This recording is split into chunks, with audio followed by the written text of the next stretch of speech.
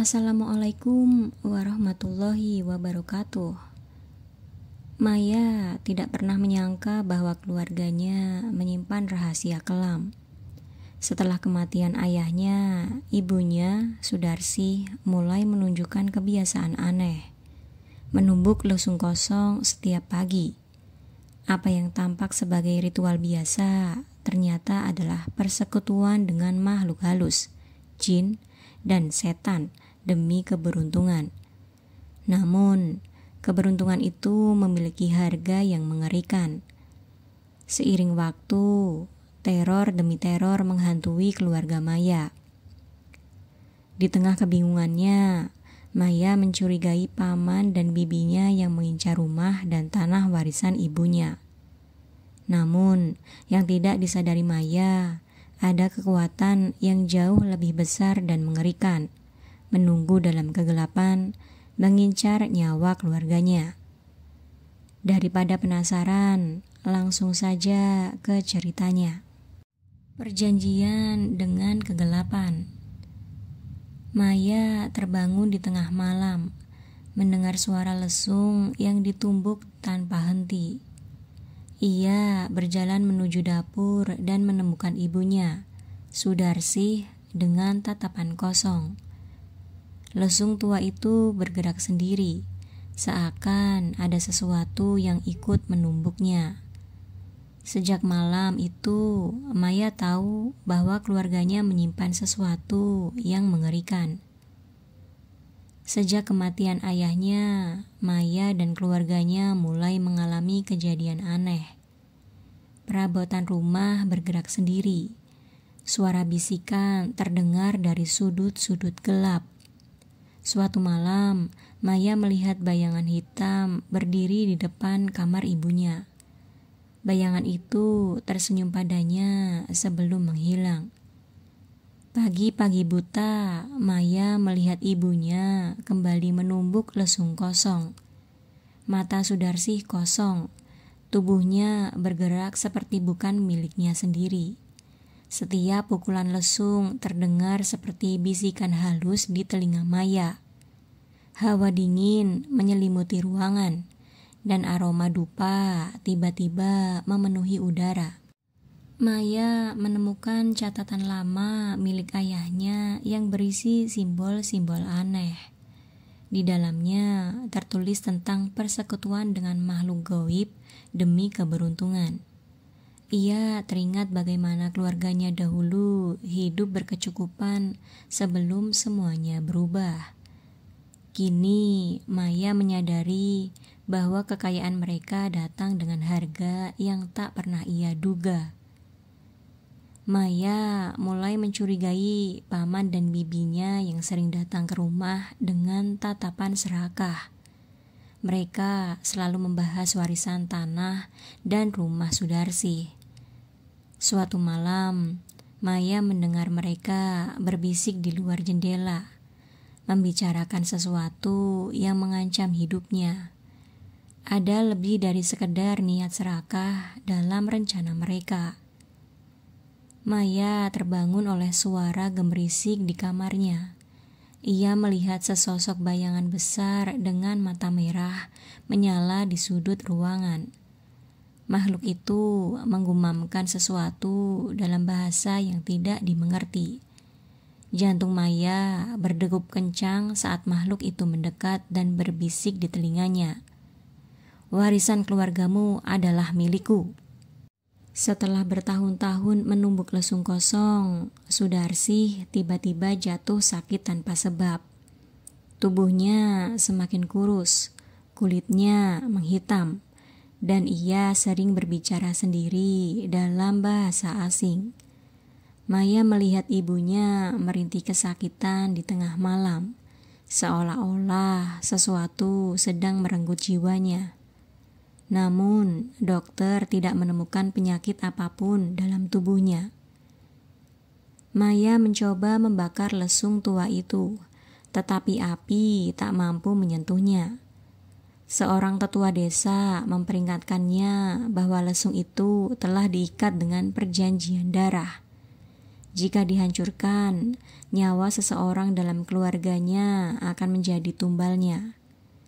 Maya kini terjebak dalam kutukan yang tidak bisa dihindari.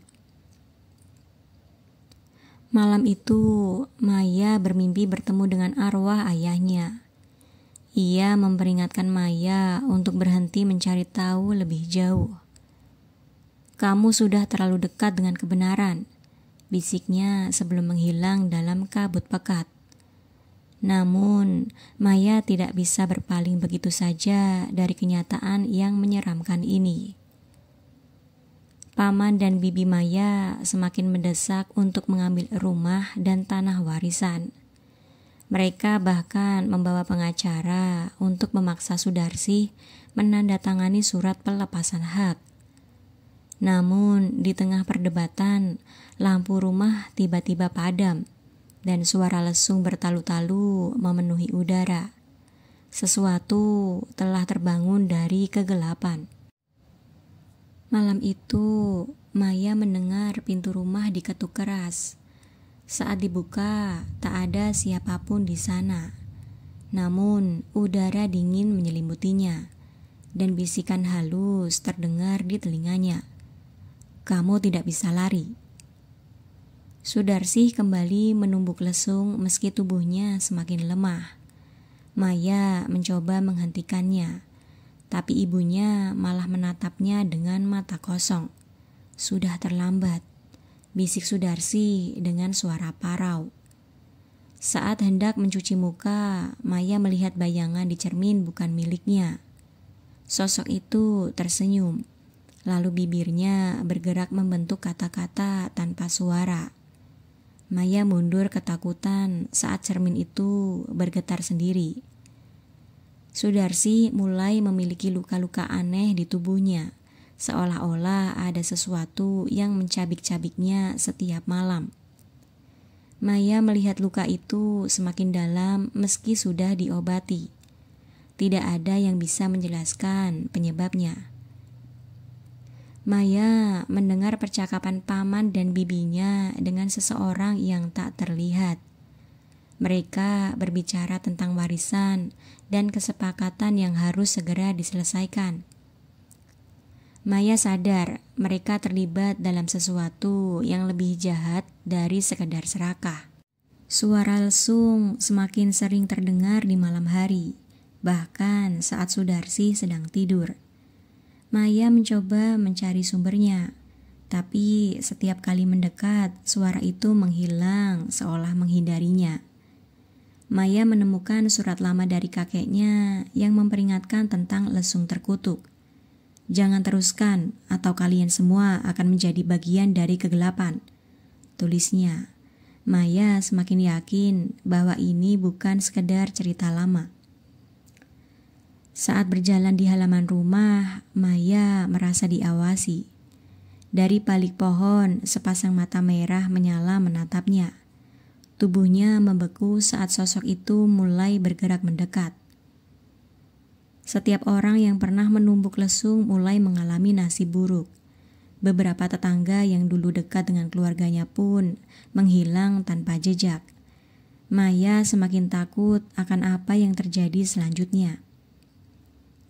Maya harus memilih, membiarkan ritual ini berlanjut atau menghancurkan lesung dan menghadapi konsekuensinya. Saat ia mengangkat palu, suara bisikan memenuhi telinganya.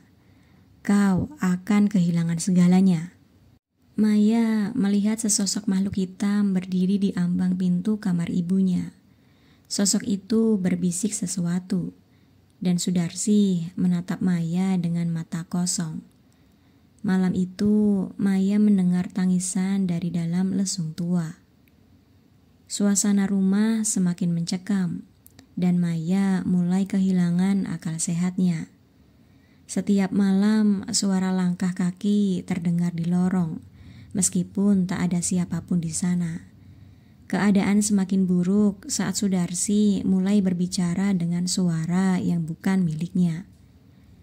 Sebuah suara berbisik kepada Maya dalam tidurnya, menawarkan keselamatan jika ia mau menggantikan ibunya dalam ritual. Maya terbangun dengan keringat dingin dan menyadari bahwa waktunya hampir habis. Maya mendapati paman dan bibinya tengah melakukan ritual di halaman belakang rumah. Mereka memanggil sesuatu dari kegelapan, berharap mendapatkan warisan dengan mengorbankan keluarga Maya. Malam itu, jeritan menggema di seluruh rumah. Paman dan bibi Maya menghilang tanpa jejak, hanya menyisakan bercak darah di lantai.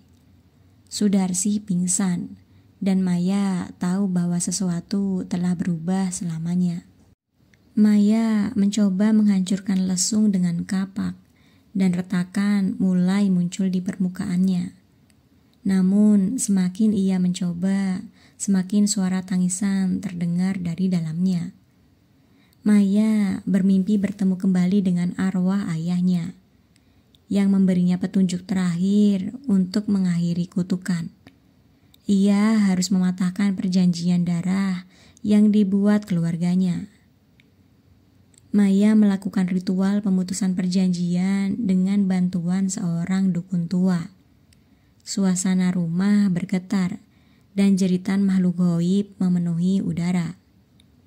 Lesung akhirnya hancur berkeping-keping dan suara tangisan berhenti. Sudarsi sadar meski tubuhnya lemah. Maya tahu keluarganya akhirnya bebas. Maya memutuskan meninggalkan rumah itu selamanya. Ia tahu ada harga yang telah dibayar, tetapi setidaknya ia masih hidup untuk menceritakan kisah ini.